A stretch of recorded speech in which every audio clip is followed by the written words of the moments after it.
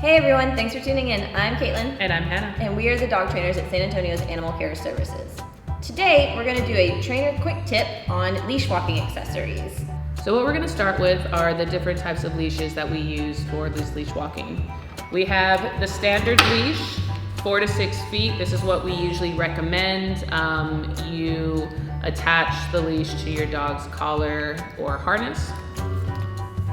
We have a slip lead, which you can also use for loose leash walking. And this, you'll slip over the dog's head and it will tighten accordingly.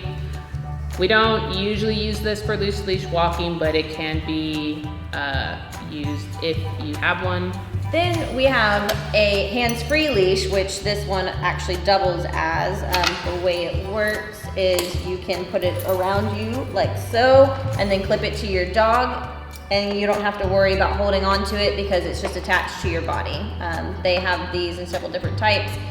If you do get a hands-free leash, I recommend getting one that does not have any bungee on it, as bungee leashes can make dogs want to pull more because they get to the very end and then they can go a little bit further. So this one is a non-bungee hands-free leash, and I highly recommend it for leash walking. We have a long lead, and these can come in multiple sizes. I think this one is a 20-foot.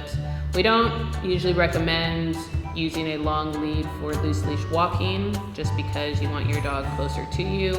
However, they are beneficial for other types of training, such as stay or come. They're also beneficial when going out on a hike or in a large area. Retractable leashes are leashes that we commonly see that I don't recommend using. There's always tension on a retractable leash, so dogs never learn to give you a loose leash, which then in turn keeps them pulling. They can also be very dangerous for you and your dog and cause injuries that are extremely painful and can be very severe. So there's really no good reason to have a retractable leash. Another type of leash we see often are bungee leashes. We don't typically recommend these for loose leash walking because it teaches your dog that when they feel tension, they can pull just a little bit more and go a little bit further. However, they can be beneficial if you like to go on bike rides with your dog running next to you. It gets them a little bit of cushion if you were to suddenly stop. The most common collar that we see is a flat collar. It's just a simple collar that usually has a buckle. It goes around the dog's neck. We recommend this type of collar if you don't have a dog that is a big puller or has trachea issues. We also have a back clip harness. Here's the clip. You hook your dog's leash to the back. This is also good for dogs that aren't big pullers or if they do have trachea issues. Then what we have is a front clip harness. So this just goes around the dog's back and belly and clips in the front right here. What happens is if your dog starts to pull, it will tighten up right here a little bit, take away some of their strength in their shoulders and chest so they can't pull as hard, and will redirect them back to you. So that one's really good for a dog that is a heavy puller or a very strong dog that you might have a difficulty controlling. Then what we have are head harnesses. So I have two different types just because they can look pretty different. This is one brand.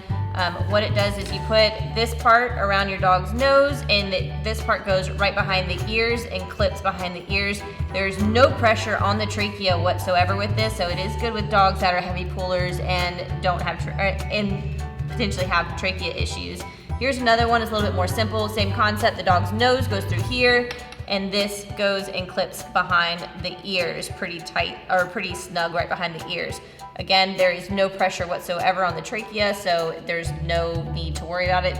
I have never seen a dog get out of one of these if it is properly put on.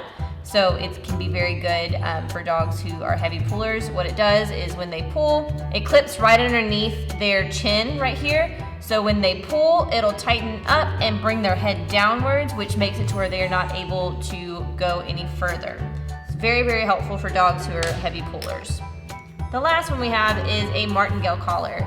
I recommend these for dogs who have a lot of extra skin underneath their necks or dogs who have thicker necks than heads. They were originally made for greyhounds because greyhounds have tiny heads and thick necks, so it keeps them from being able to back out of their collars.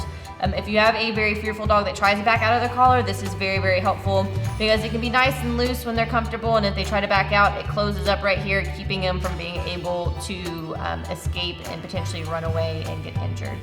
I recommend these for pretty much any dog.